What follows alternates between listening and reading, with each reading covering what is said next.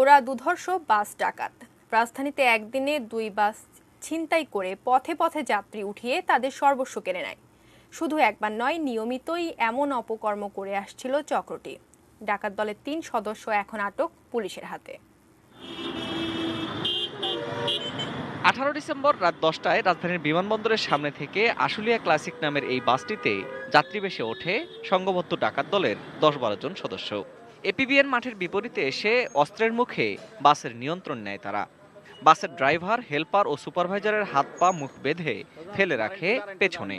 এখান থেকে শুরু করে আশুলিয়া হয়ে গাবতলী আসার পথে যাত্রীদের ডেকে ডেকে তুলে সর্বস্ব কেড়ে নেয় ডাকাত দল।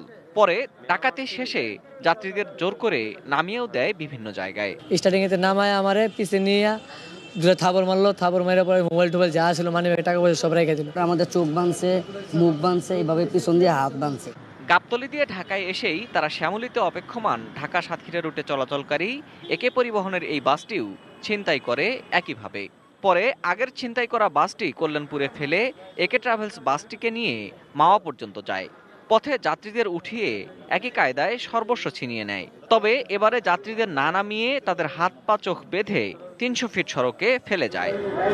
300 ফিট এলাকা থেকে উদ্ধার হওয়া একে ট্রাভেলস বাসের সুপারভাইজারের করা মামলার তদন্তে নেমে সিসি ফুটেজ এবং প্রযুক্তি ব্যবহার করে ডাকাত চক্রের 3 সদস্যকে আটক করে পুলিশ। মাঝে মাঝে আমরা এমনও শুনেছি তারা এখান থেকে তারা একদম ওই টাঙ্গাইল যায়, আবার সেখান থেকে এসে তারা মাওয়া যায়। এই ডাকাতরাই কেউ ড্রাইভিং এর কাজ করে, আর কেউ হেল্পারের কাজ করে, কেউ সুপারভাইজারের কাজ করে।